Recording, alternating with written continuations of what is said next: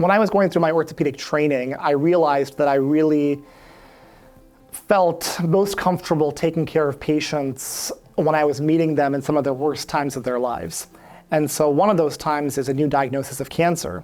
And I found that to be a time that patients were clearly struggling a lot, and I enjoyed holding their hands, both literally and emotionally, and guiding them through that very stressful journey.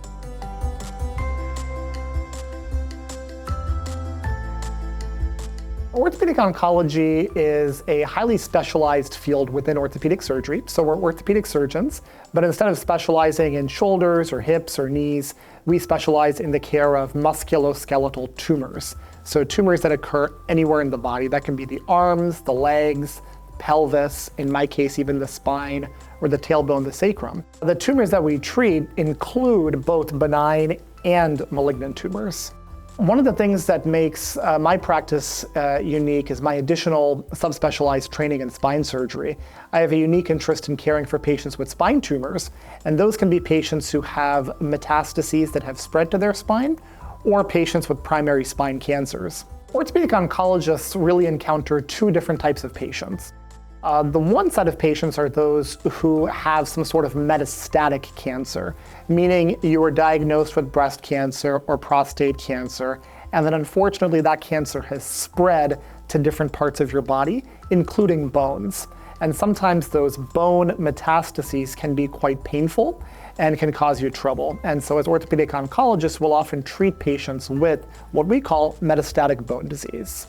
The other set of patients that we'll often come across are those who have tumors that actually begin in the musculoskeletal system. We call those sarcomas.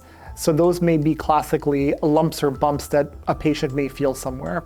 It would be highly unlikely for a lump or bump that somebody feels to be a cancerous tumor or a sarcoma, but that's what we specialize in, those rare diagnoses. So when somebody comes in with an unknown mass or an unknown issue like that, that's where we then get the ball rolling in terms of getting a biopsy and figuring out whether this tumor that they have is benign or malignant, so we can give them the right treatment. My waiting room is full of patients who are full of anxiety and fear. To see an orthopedic oncologist is a stressful experience to go through.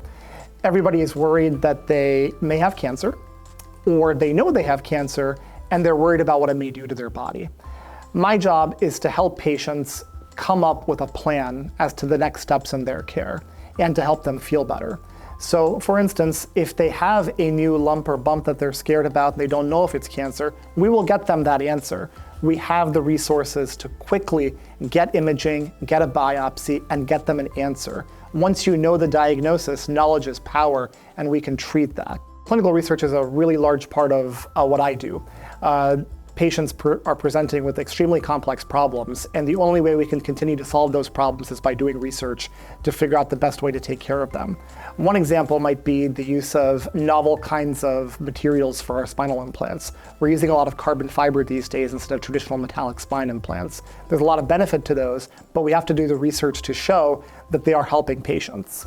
The combination of treating some of the most complex problems in medicine, both diagnostically and surgically, while also helping patients get through one of the most difficult times in their lives, is remarkably satisfying to me.